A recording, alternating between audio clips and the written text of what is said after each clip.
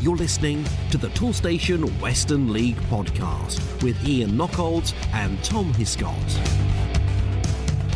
Welcome, listeners, to another episode of the Toolstation Western League podcast. It is episode 33, to be precise. My name is Ian Knockholds, and I am delighted to be joined on the line by Tom Hiscott. Hello, Tom. How are you? Yeah, doing well, thanks. How about you?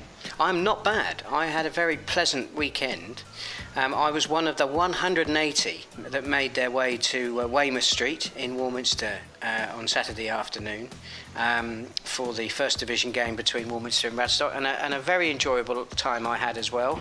I took my two young girls with me, saw very little of the football, but very much enjoyed the surroundings. It was a lovely day, and unfortunately, we needed to leave before the end. This is one of the problems of bringing small children to football matches, and as a result of that, I missed the only goal of the game. But I know you're going to tell us all about that later in the podcast. Doing my best. On this week's podcast, we speak to Adam Fricker, the manager of Bridport, and also John Bowers, the chairman of Sherbourne Town. All of that is to come, but we will kick things off, Tom. Normally, of course, we focus on the weekend matches, Saturday the 23rd of March, for this episode. But there was a 6-goal thriller that we really should mention on Tuesday the 19th of March between Buckland Athletic and Hengrove Athletic. Yeah, indeed. I think it's worth giving a quick mention. Hengrove obviously battling towards the wrong end of the table this season, unfortunately for them. But yeah, a really creditable draw on Tuesday evening, and it was 3 goals from Mickey Parsons, equalising on each occasion. So obviously Buckland going ahead, but then Hengrove managing to pull it back on each time. And a 3-3 draw, a pretty entertaining game for a Tuesday night. And as we say, well done to Mickey Parsons, the hat-trick for Hengrove. Excellent stuff. Now we will move on to Saturday the 23rd of March. Two really full fixture lists to pick from for us this week. And we kick things off at Bridport. Bridport, where the visitors were Shepton Malleto. Yeah, indeed. And a really good home win, this one for Bridport. Ed Butcher in particular, the standout performer, getting a hat-trick. He scored the only goal of the first half to give the home side the advantage at the break. And then it was Sam Clark, who just 30 seconds after coming on, around the hour mark, made an instant impact and doubled Bridport's lead, with Butcher then scoring twice in the final 13 minutes to, as I say, complete a hat-trick. And fire Bridport to a really good 4-0 win. Yeah, comprehensive victory there for the home side. But the opposition, of course, Shepton Malleto, they're no slouches. So I took this opportunity to speak to the Bridport manager, Adam Fricker. We spoke to him earlier in the season. I thought it was about time we caught up with him again. And I started off by saying to Adam that 4-0 victory, particularly against Shepton Malleto, he must have been very pleased with. Yeah, most definitely. We going into the game, we knew it was always going to be a tough game. We've had some good battles over the years with Shepton, and when we went up to their place earlier on in the season, we certainly didn't do ourselves justice. But yeah, Saturday the lads were excellent, and I think it was a story of where we've been really, where performances of late have been excellent, but we've just not managed to get the results. And Saturday everything fell into place for us. Because form has been a bit patchy for you, isn't it? There's been a few defeats along the way, but you did have you ran Plymouth Parkway pretty close a couple of weeks ago. So obviously you've been in good form. Yeah, absolutely. Yeah, I think, like I say, the last 2 games we've played Plymouth Parkway and performed superbly well down there, and then in the Dorset Senior Cup we ran Wimborne right to the last minute. Really, obviously a team that are 2 leagues above us. So the performances themselves over recent weeks have been really positive, but just not been getting the results off of the back of it. But yeah, Saturday was certainly a different story, and I think we have been a little bit patchy this season, and I think a lot of that has been down to. It's been a rough ride with injuries, losing key players at key moments of the time. Had to rebuild a little bit in the summer. We're losing some key players to Southern League clubs as well. So yeah, but things have sort of turned a corner over the last few weeks for us, and hopefully we can have a strong finish to the end of the season now. So 12th at the moment in the Premier Division table. Is that, do you feel, a false league position? Are you aiming for something higher by the end of the season? Yeah, I think disappointingly for us, obviously we want to progress. I think I've been a manager for 7 years now, and I've always season on season progressed on previous points and previous league positions, and I think it's going to be a tough ask to do that this season. We finished 7th with, I think it was about 57, 58 points last year. So, I've set a target to the lads that we want to push for the top 10 this season, and see if we can get ourselves in there, which is going to be an ask because we're about 6 points off of it at the moment. But we do have a game or two in hand over a couple of teams above us. But that's what we'll be aiming for, and just a strong finish in the last 8 games that we've got. Well, you've got Westbury up on Saturday. They, of course, started the season incredibly well. Fallen away a bit in recent weeks, but it still won't be easy for you, will it? Absolutely not. No, absolutely not. We know it'll be a tough one. Every single game is in this league, whether you're playing any of the teams down the bottom or at the top. We've played them at our place, and again, it was one of those games where the performances was great, but we just didn't quite get ourselves over the line again, like we have with many of the top teams this season. But yeah, I see they've lost their last few, so we'll obviously be going out there to exploit that. But likewise, they'll be looking to bounce back pretty quickly. So we'll be in for a tough afternoon. We know that. Just out of interest, Adam, how long does it take you and your squad to get up to Westbury from Bridport? Westbury to Bridport's probably going to be about an hour and a half, I would have thought. So not major distance, to be perfectly honest. So you haven't found the travelling has caused you any problems? More down to the sort of selection and player availability. Yeah, absolutely. It's more been we've picked up some key injuries at key times, and like I say, we lost 3 lads in the summer to street, which is testament to them and to us to a certain extent of how well we did last season. What is a big plus is obviously we've managed to get Ed Butcher back from street, and he scored 8 goals in 5 games for us. So he's certainly proven his worth, and if we'd have probably managed to keep hold of him all season, I think we probably would be a little bit higher up that table.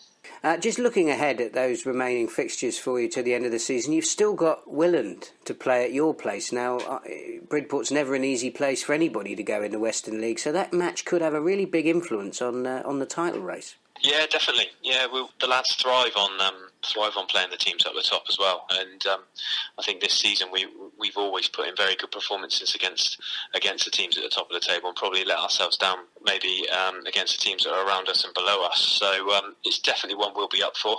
Willand will know that they'll be in for a tough game against us, and we'll go out there and do a professional job and play to the best of our abilities and certainly go for a win. That's for sure.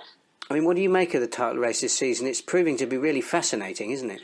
It is, yeah. It's very interesting. Yeah, I think you've got 3 very good sides, probably realistically battling it out now with Bitton, Plymouth Parkway, and Willand. I think Plymouth have won their last 13 or 14 games on the spin, so fair play to them. And obviously, being down there last Saturday, you can see that they're really preparing and planning to try and get themselves in the Southern League with the work that they're doing. I think all 3 teams have got their own different qualities.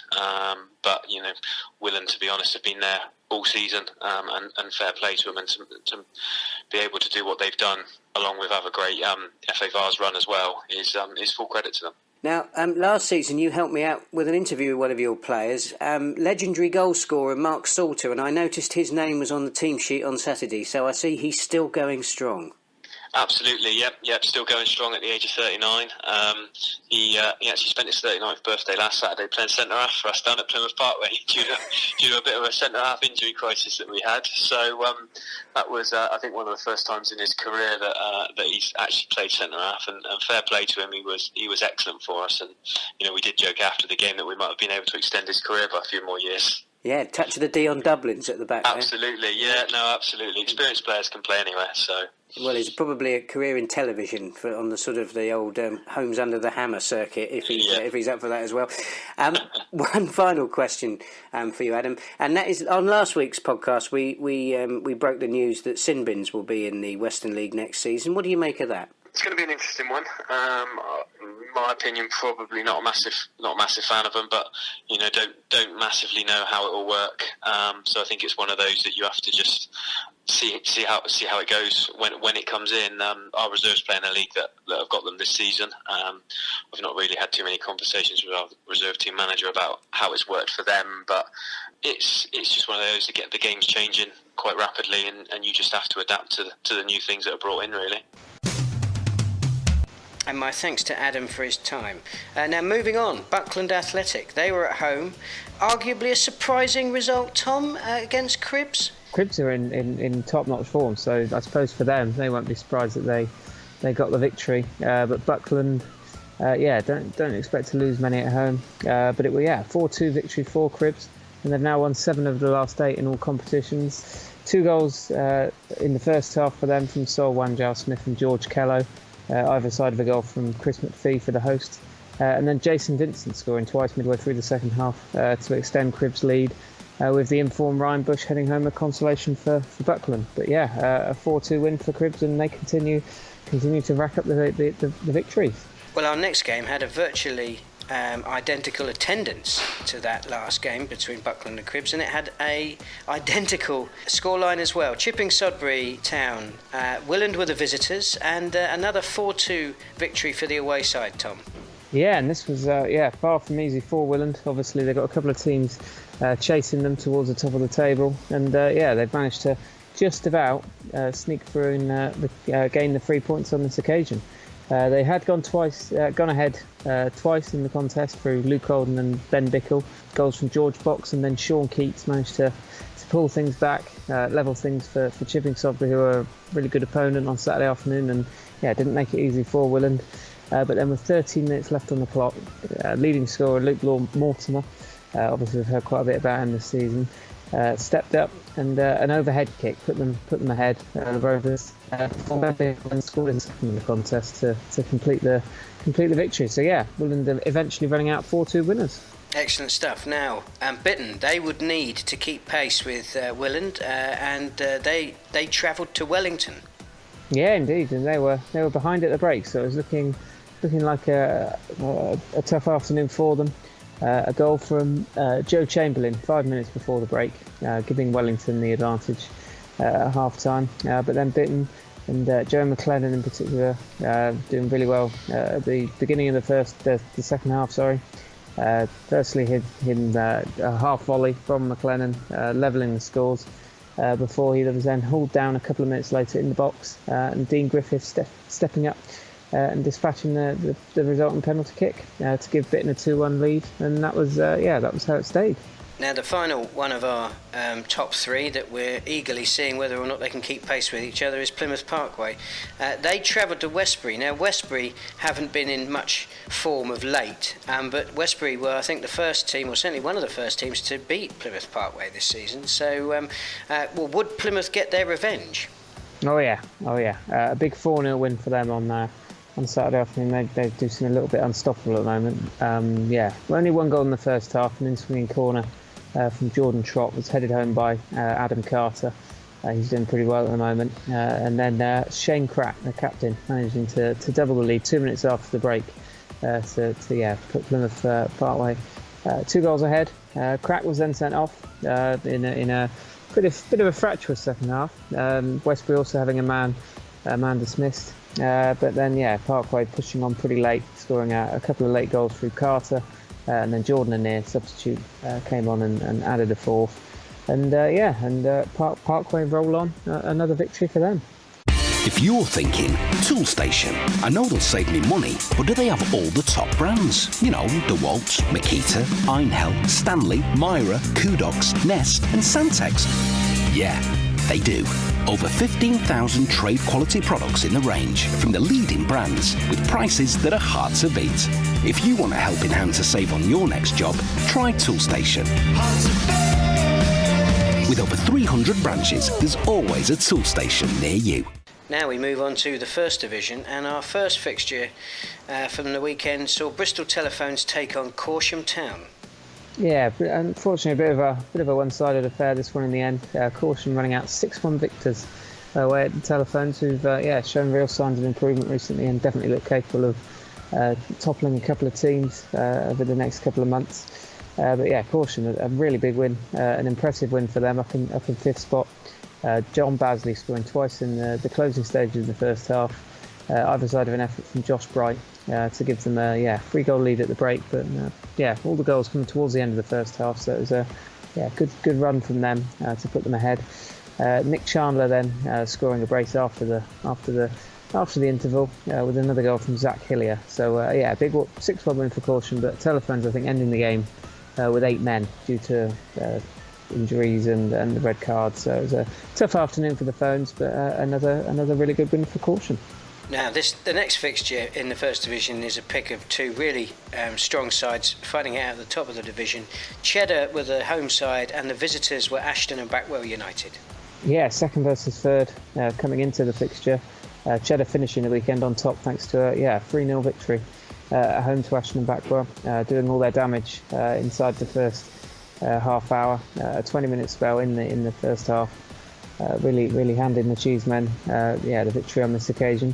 Sam King with a well-taken free kick putting them ahead before Adam Jones then teed up his strike partner Adam Wright to double the advantage 3 minutes later.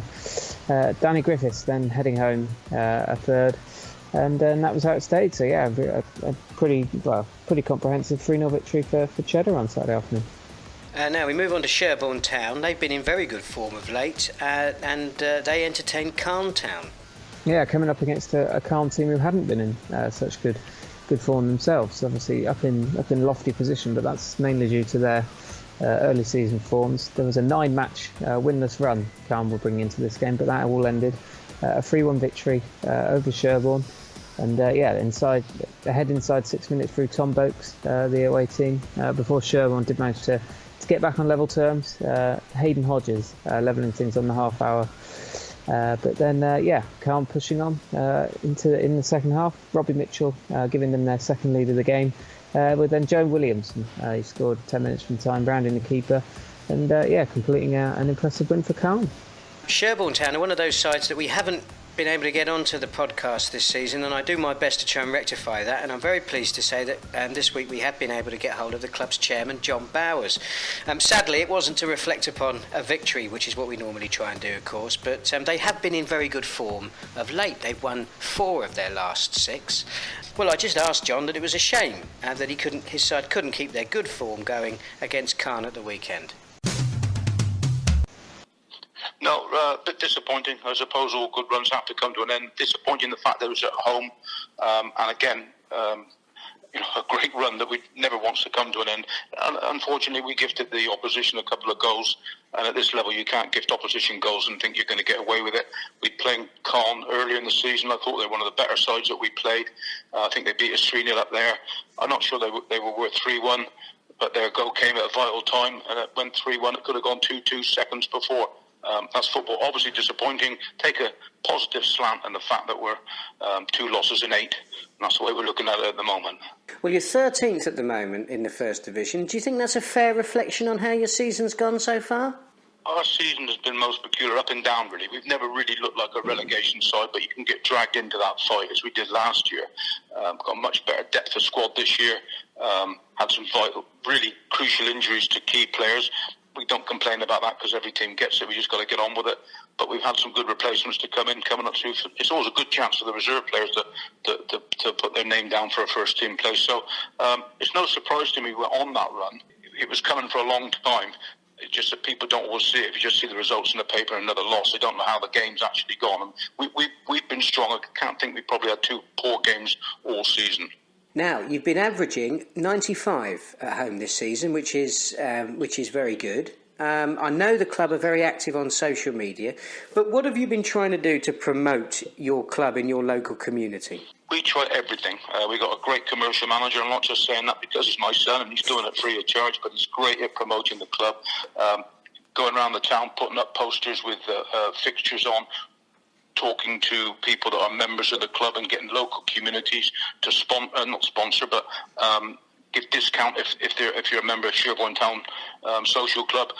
Anything we can do to get our name out there. We've got something at Sherbourne Town. I've only been there 2.5 years as chairman. And we've got something. I don't know what that thing is, but it's a commodity that people seem to come back. Players leave and come back. Management will go away and come back. There's something that we've got, and we do try and promote that in a big way.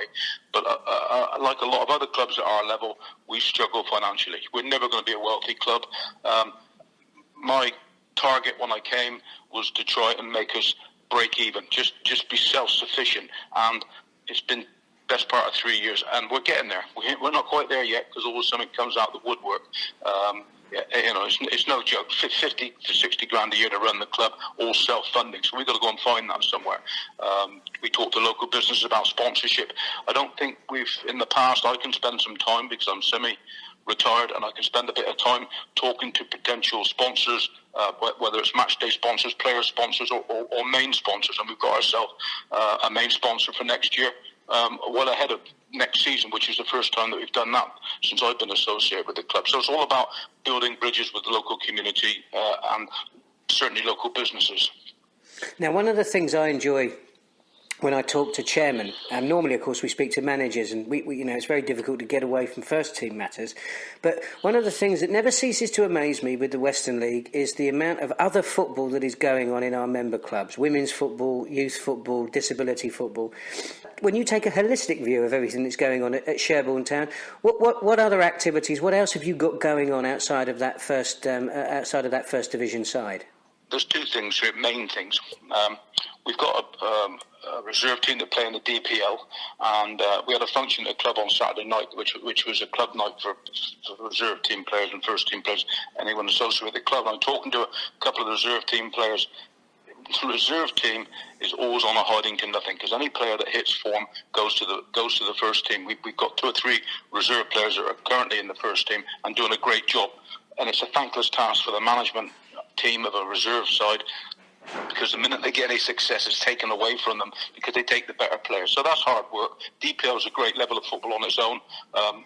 Sherbourne were DPL before they came to the Western League, so we know all about that. This year we're playing a ladies team, have taken on the Sherborne ladies team. They've been extremely successful. They had to start at the bottom because they're new. They've won their league. They're in the cup final, and they're speaking to the FA to see if they can't move up 2 divisions. Some of the girls and the management were there Saturday night and had a long chat with them. Very popular ladies football, so that's something that we're encouraging at Sherborne. They've got an open day coming up to try and start an under-11s team next year, so there's plenty going on within the club football-wise. The youth teams of all ages, although they run through the club, to be honest, enough on my plate to worry about senior sides without worrying about youth teams, but we have got youth teams that are coming through and under-18s team this year, so plenty in the building, because we can't afford to bring in dear players and pay them a lot of money. We have to bring our own players through from the reserves, and this season particularly has been very successful. Well, a lot going on at the club, and of course fantastic to hear that you've been able to engage with the local business community and secure some sponsorship. When you are talking to people who are interested in following the club, what are you saying about the ambitions of the side? Do you want to get into the Premier Division? But the management team we've got there is his ambition to get us back into the Premier League. A nice cut from somewhere along the way would help us financially as well. We're always going to struggle to compete in the Premier League because of some of the teams and the money that's been thrown at their players. We continually lose good players to clubs that can pay them more money than we can. But certainly our ambition is to get promoted. And when I took over as chairman, and it's no secret, it wasn't something I particularly had aspirations to do.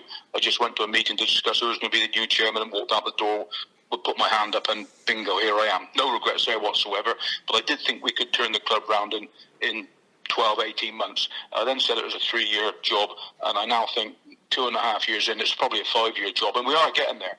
Relegated from the Premier Division, really struggled, deserved to be relegated. Last year we had a relegation battle, pulled out the hat at the end, and this year, well, I think we should be a mid-table side, hopefully, the time we finish the season. So we are improving, albeit very slowly, and it's just about a patience thing and about bringing the players in, and obviously you have to be successful to attract players. So when you're down the bottom, the management struggle. Wayne's done a great job. He's brought in a couple of signings recently that have given us energy to the team, and it's shown in our results. So patience is the virtue here that we have to just get on with it and take every week and every game as it comes. So promotion is obviously the aim. Well, the next game that's coming up is Devizes. You're playing them on Wednesday. They're only a couple of positions above you in the league table, so you must be optimistic that you can get something out of that game. Yeah, I've got to be honest with you. I've seen pretty much every home and away game this season, and we don't fear anybody on our day. We're showing a bit of consistency in our team selection. It's coming out the same. 11 are turning up, barring last Saturday where we did have 3 players out for various reasons, but we have had a consistent side. We played Devizes, I think it was the first game away after we'd drawn at home to Portishead, and we beat them 3-1 after being a goal down.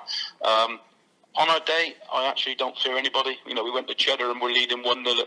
They were top, I think, at the time. We were leading 1-0 at 90 minutes and somehow managed to lose it 2-1. So we can hold our own with the top sides on our day. There's no doubt about that, and I don't fear anybody. Probably mid-table sides are better to play at this time of the season. The boys down the bottom are fighting for relegation. The boys at the top are fighting to get promoted. The teams in the middle, it's gone off a little bit for them, but I'm sure Devizes won't come here and be a pushover. And we mustn't be too complacent. The fact we've already beaten them once this season, they seemed quite a strong side when we played them. So I'm looking forward to Wednesday and the fact that we've got 2 or 3 home games on the trot as well. Not worried about Wednesday. Quite looking forward to it. Well, one of the sides that will be battling it out at the top is Sherbourne Town, and you've got them on the last day of the season. You're away, so you could still play quite an important part in the First Division title race. Yeah, it's true. I've got to be honest, they did, I think for 45 minutes we held our own down here with them earlier in the season, but I think they ran out 5-0 winners, and I can't really complain too much about that. They're a good side, and of course they play on, I think it's 3G, which always seems a strange thing after you've been playing on grass for the bulk of the season. I'm glad we're not having to go there. Well, I'm hoping it's true that we won't be going there looking for points to stay up. I'm sure we'll be safe by then, but it is tight at the top, and I'm sure we may well have a say in who does win and who does get promoted in that league. So nice to be involved there. Now, one final question for you, John. Not really a question in many ways, because it's been announced that this year's Les Phillips Cup final will be taking place at Sherborne on May the 6th. What does that mean to a club like you? Well, first of all, the fact that we've been given the opportunity to host it, is terrifically prestigious. Something that we've tried before, disappointed when we haven't had it. We are a little bit out on the sticks here, but we've got a great venue, big car park. We've already got our little subcommittee together to make sure the day is going to be a great day for anyone that visits the club. We can show our Sherborne to them, we can show off our hospitality and the fact that we're an extremely friendly club, and hopefully we can get this, more cup finals, maybe Les Phillips again down the line. I know they like to share it around, but there are other cup finals out there that we can host. As I said before, Sherborne is an extremely friendly club. Lots of people seem to like us, and that's down to the staff and the players. Great opportunity to show people what we can offer in the way of hospitality and friendship. So we're looking forward to that. We're just hoping the weather's kind to us, and we got lots of little things up our sleeves where we can obviously make some revenue and make the Toolstation Western League proud of us. And my thanks to John for his time. Now, our final game in the First Division is the game that I attended, along with 180 other spectators. It was Warminster Town against Radstock Town. Yeah, and Warminster's strong run continues. The rise continues. We're up into 8th, doing really well. Obviously, as you've said, doing well off the pitch as well. 180 fans there. The attendances are climbing. The performances are definitely improving. And it was a second half goal giving them victory over Radstock on Saturday. It was Jake Wright who managed to notch that. And another win for Warminster, and all things looking pretty good there at the moment. Yeah, Warminster left it late against Radstock. I mean, I managed to stay for pretty much the whole game, so I was quite surprised when I got home. I found out that Warminster goal coming 5 minutes before the end. Mm-hmm. But up until then, it had looked like a pretty nailed-on draw, nil-all bore draw. But Warminster just goes to show what a difference form can make, doesn't it, Tom? I mean, they've won 5 of their last 6. Poor old Radstock can't buy a win at the moment. And, it's difficult times for the Miners. Before we move on from that game, I do have to say massive congratulations to Roland Millwood. Now, regular listeners to the podcast will know that I've mentioned Roland before. He does a Warminster Town supporters podcast. He produces a podcast every week. And Roland really got onto the initiative of trying to get 200 fans to that game against Radstock.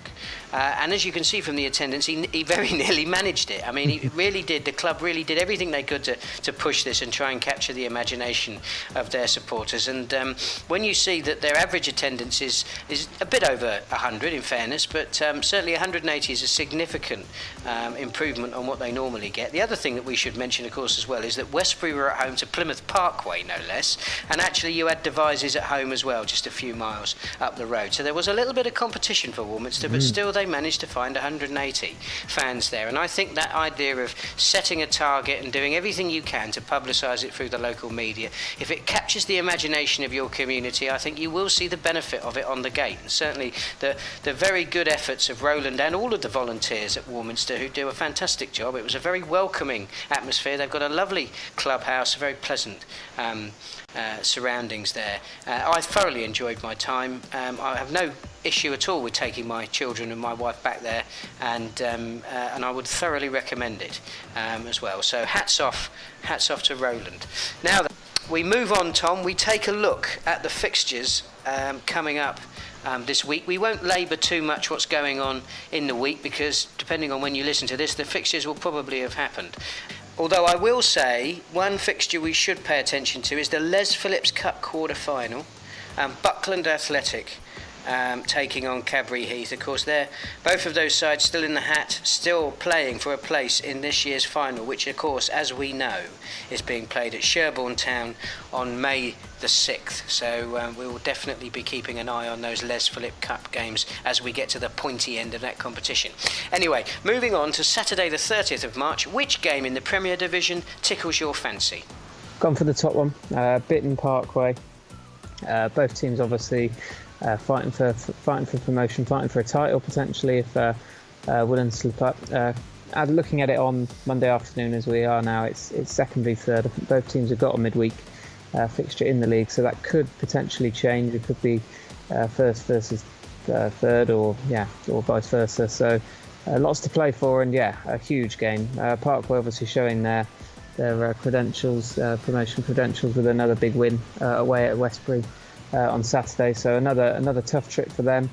Bitton, obviously to have 75 points at this time of the season, they're no slouches, and we know that. And there's going to be pressure on this fixture, but it should be a pretty exciting and entertaining afternoon down there.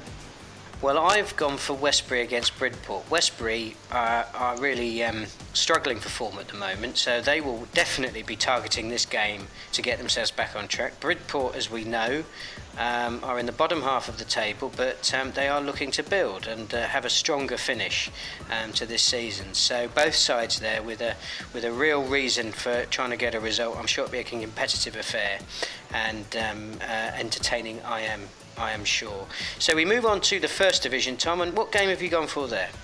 I've gone for a bit boring. I would keep picking the top teams, but those are the games that stand out, unfortunately. So we've got Cheddar. They're at home to Wells City. Just over 2 months ago, Cheddar suffered a 3-0 defeat away at Wells. So maybe potentially a little bit of revenge on their mind. Wells have proven really tough to beat for some of those top teams this season, so can they repeat the trick? And we'll find out on Saturday. Well, I don't mind admitting that, of course, a side close to my heart is Radstock Town, and they are fighting for survival at the bottom of the First Division. We will go and have a look at the tables shortly, but they're at home to Bishop's Lydiard, and that is a game at the moment in this campaign. They need to take as many points as they possibly can, so that's a game I'm sure that Radstock will be targeting. Bishop's Lydiard have been in good form. They haven't lost their last 4, so that won't be easy for them. Again, it'll be interesting to see how that one pans out, and I'm sure the likes of Portishead and Bristol Telephones will be equally as interested to see whether Radstock are able to pull away or get dragged further into the mire. There we go. Anyway, what a wonderful segue into going and having a look at the league tables. We'll kick off in the Premier Division, Tom, and who's our top of the pops? Currently top are Willand still. Played 31. So 7 league games left for them. They've got 79 points. But then, chasing hard, as we know, Plymouth Park, where they've also played 31, 78 points. So they're 1 point behind Willand. Slightly worse goal difference, so Willand have that in there to their advantage. But those two are the top two at the moment. And then we've got Bitton, obviously that huge game on Saturday, which we've mentioned. Bitton in third. They've also played 31. Now on 75 points, so 3 behind Parkway and 4 behind Willand. So those 3 look like the ones to battle it out for the top 2, and then obviously the title. Bridgewater in 4th, also played 31. They've got 67 points, so they've dropped off a little bit recently. And Westbury also, 32 games played for them. They've got 66. So that's how it's looking at the top of the table. Yeah, looking at the bottom of the division, Shortwood some way adrift, 32 played, 8 points on the board. 10 points above them is Hengrove. They've also played 32, they're on 18. And then 7 points above them, Roman Glass. Played 32, 25 points. Just above Roman Glass it's Brislington, played 32, 28 points. So, dare I say, it's looking quite cut and dried at the bottom of the Premier Division, but it's looking anything but at the top of the First Division, Tom. Yeah, obviously the top 2 that we've known about for a little while, they keep changing places. So currently Cheddar, top of the table, 30 games played, so they've got 8 more league matches this season. They're on 73 points, just a point ahead of Calne. They've played 31, so they have actually played a game more. So Cheddar, game in hand and a point advantage at this stage. But 72 points for Calne. Then in third at the moment we've got Ashton and Backwell. They've played 31. And then fourth, a team that have really come on strongly of late. Longwell Green Sports, I think that is maybe a potential surprise for some to see them so high. So fantastic second half of this season for them. And then Caution in fifth. They played 31. They're on 54 points. So plenty of change towards the top of the table, including the top 2. Well, it's incredibly close at the bottom of the First Division, and of course with potentially 2 relegation places up for grabs. This is the end of the table that nobody wants to be at the moment. Bristol Telephones are bottom of the First Division. They've played 32 games. They are on 24 points. Only 2 points above them are Chippenham Park. They have played 31 games and they've got 26 points. Only 1 point ahead of Chippenham Park is Radstock Town. Played 31, 27 points, and then a 3-point gap is building between Radstock and Portishead. Portishead have played 30, they're on 30 points. And Oldland Abertonians, they've played 32 and they're also on 30 points. So a run in the final games of the season from any of those clubs at the bottom could easily see them spring up to, certainly towards mid-table. But that means that really nobody, certainly below Wincanton probably, who have played 32 and 39, potentially, they're all looking over their shoulder. Nobody's safe. Right then, that's the league tables for another week. Tom, we've been reviewing your excellent bulletin. Where can the listeners find that? That is on the Toolstation League website. There's a tab along the top which takes you to the most recent publishing, which is, you can then download in Word or a PDF. Excellent stuff. And have you penned your column for the non-league paper? Yeah, indeed. That's in the Step 5 and 6 section. A couple hundred words looking back at the Premier Division matches which took place on Saturday afternoon. Excellent stuff, Tom. Thank you very much for your time. Pleasure, as always. And I look forward to catching up with you on next week's Toolstation Western League podcast.